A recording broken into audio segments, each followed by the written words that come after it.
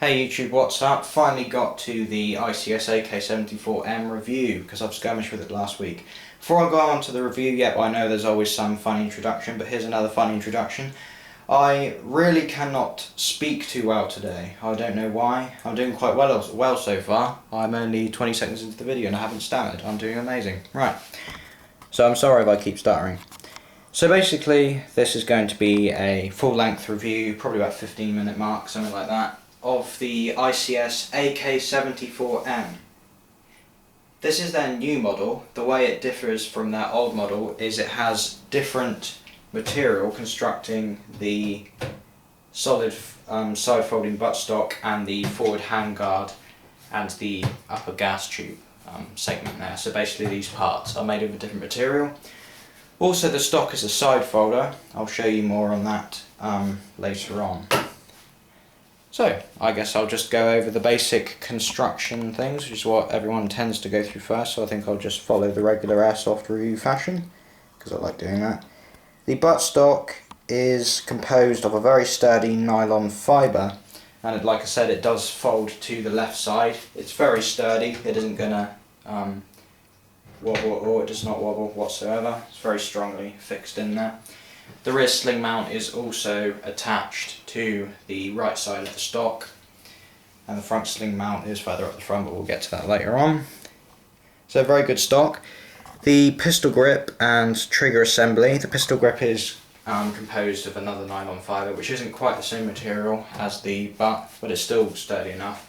It does not wobble at all. You can also adjust the screw at the bottom if it's getting too loose. I'm not sure if that also changes the motor adjustment, but anyway, well, we'll see later. The Selector Switch is basically a regular AK style selector, nothing too fancy here. It just works basically like any other AK system, AK47, AK100 series, all the same. The highest position is the safe position, meaning that the trigger cannot be depressed and the weapon cannot be fired. The next notch down in the middle is for fully automatic. The AK series were designed to be used primarily on fully automatic, hence why it is the first notch down. The trigger can be depressed, of course, and the gun will fire for as long as you hold the trigger until it runs out of ammunition. The last notch down is the semi-automatic position, which is basically single shot. One trigger pull fires one round, and you have to keep pressing it, of course, for repetition fire, basically. And I'm sorry, the thing keeps shaking all the time, but basic stuff. It doesn't wobble much either. It's very sturdy. You can also take off this cap here to adjust the screw that gets a little loose, but that's probably not going to happen anytime soon. But if it does, then you can always tighten it up, so it's no big deal. It's a bit of a pain to get back on though when you're not looking what you're doing properly.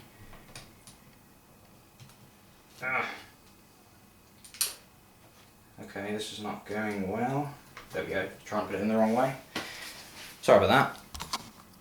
The charging handle does not go all the way back and does not have a realistic function / appearance under the dust cover like the old model did. The reason for that being because the battery, which is this, it uses a stick type battery, we'll go into the battery later. The battery is mounted under the dust cover where the bolt carrier would normally be. So that's why they can't have a real recoil spring and bolt carrier in there. Well, a real look-alike version. So we've just got a basic AK Airsoft style bolt carrier.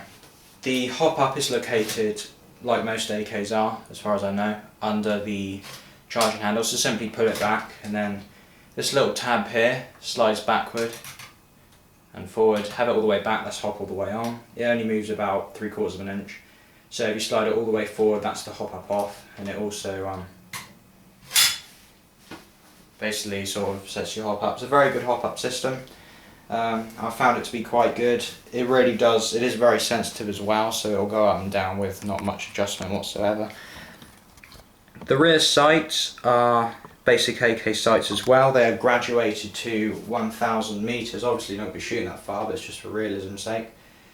So there's a basically adjusted 1000 meters. The close range sight basically is there, so that's the position. You can also mount it a bit higher up if you're sort of to increase your sight ease of access for your eye, whatever you fancy. So it's got two little settings for 0 there. Why you always have it that way. This is the gas tube takedown lever, sorry.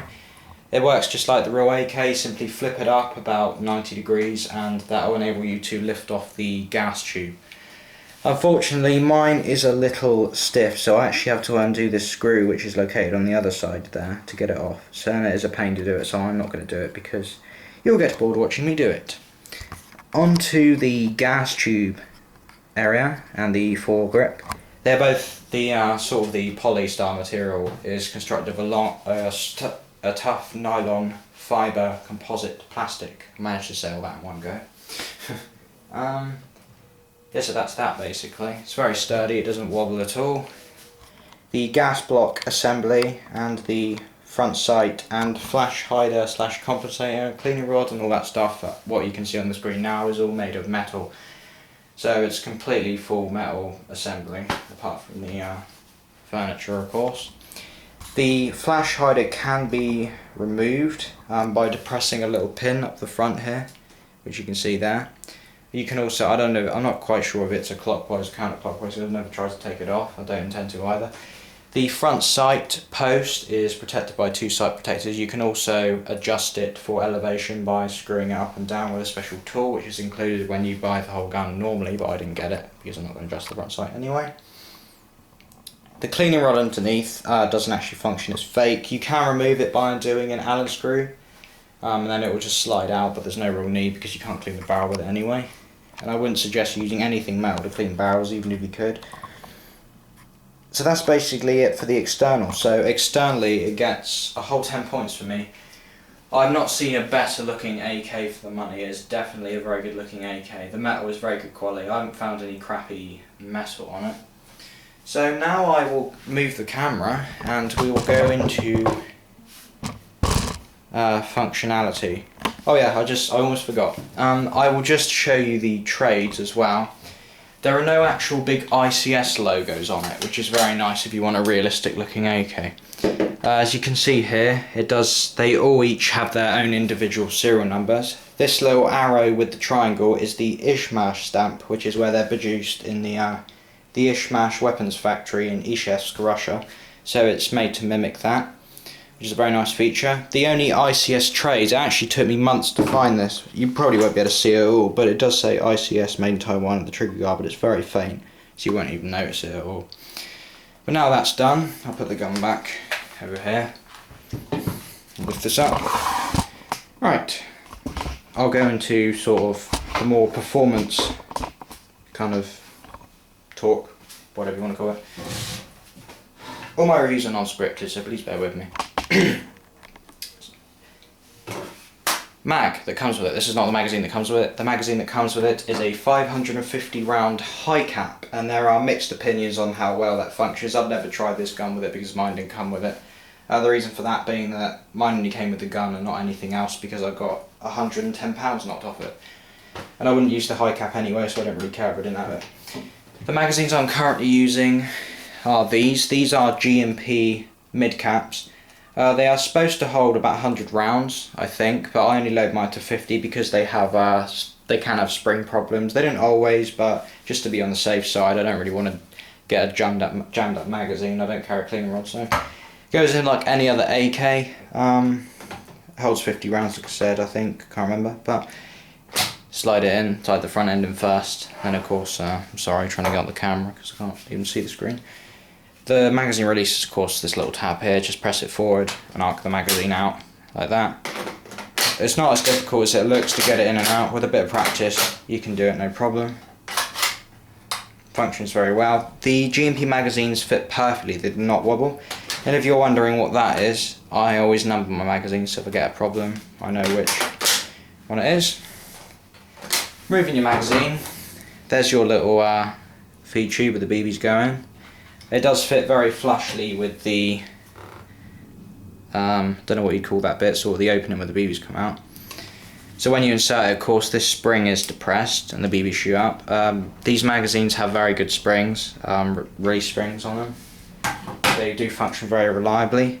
Magazine release is good, it's not too stiff either. You can sort of do it no problem, it's not going to fall out. To mount the battery, you basically, like I said, you have to remove the forward bit. I'm not going to do it because the Tamiya connectors are in the front. Just push on the dust cover release button here, which is what would usually be the back of the recoil spring, but in here it's not. Just simply open it like that and your dust cover comes off. Simple, no niggles at all about that. It's just like the real AK is anyway, so simply slide your connectors in there when that's off, attach them, and the battery just sort of sits on top like that. Then you put the dust cover back on. Battery does rattle a tiny bit inside the gun when you've got the dust cover on, but it's not a huge deal at all. The FPS of this gun is around 280 to 300 FPS. It can vary quite a bit when you get them. This one in particular has been upgraded and it's now shooting about 335 FPS average, around 330 to 340, somewhere around there. I had it chronoed. It was 335 average, I think. So it's shooting pretty good. The barrel in it is stock. If you put a tight bore barrel in this and a spring upgrade, you've got a monster of a woodland rifle, definitely. Anyone who says that, definitely believe them, because it's true. I've seen them in use and they're very good. But this one's just got an upgraded spring. The accuracy of this gun is very, very good. It will usually be more accurate than most sort of submachine guns and M4s you will see, obviously because it has a very long barrel. The range on it is, I love the range on it, it's brilliant. It almost has as much range as my Tokyo Marui M14. Well, actually it's probably the same. They both have very good range. Anything you point this at under 100 and about 120 feet was probably say its accurate limit. It will hit easily. I've hit people about 40-50 metres out with only a few shots fired on semi, so it's pretty damn good. As long as it's not too windy, it will hit wherever you point it at. So I definitely recommend it if you want a good range gun that is real weight, because this is real weight to the real one.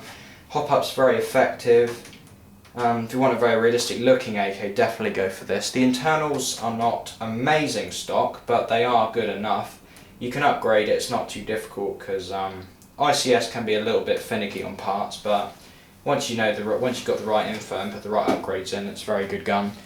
Don't be afraid to buy it with stock anyway, because it will perform great stock. I've shot about 500 rounds out of this, I've had no problems. I know 500 isn't a lot, but it's still something. Yeah, and I've had no problems at all. The Star magazines, the 130 or something like that, no, 160, do not use those because they literally will wobble like this much. They're terrible. They'll move almost an inch side to side because they're not as thick as the Gmp mags. The Gmp mags fit perfectly because they don't wobble at all. They're brilliant. So I definitely recommend these if you want a mag that doesn't wobble, because wobbly mags really do my head in.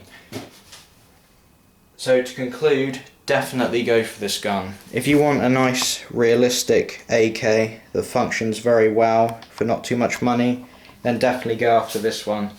I'm very happy I got it. It's a very good decision. There's the last one there as well. Great weight to it, great everything really. Yeah, so I definitely recommend it if you're an AK fan or want a nice airsoft gun in general, definitely go for it. So that's basically been Taz Saga's review of the ICS AK74M new version. Thanks for watching. Please post any questions in the comments, and do not send me private messages on questions. Please put them in the comments so everyone else can see if they have the answer if they have the same question. So thanks a lot for that. I'll see you in my next video. Hopefully have a video of the G&G M4 coming up soon, which I've also skirmished with, so keep your eyes open for that one. And thanks for watching. I'll see you around.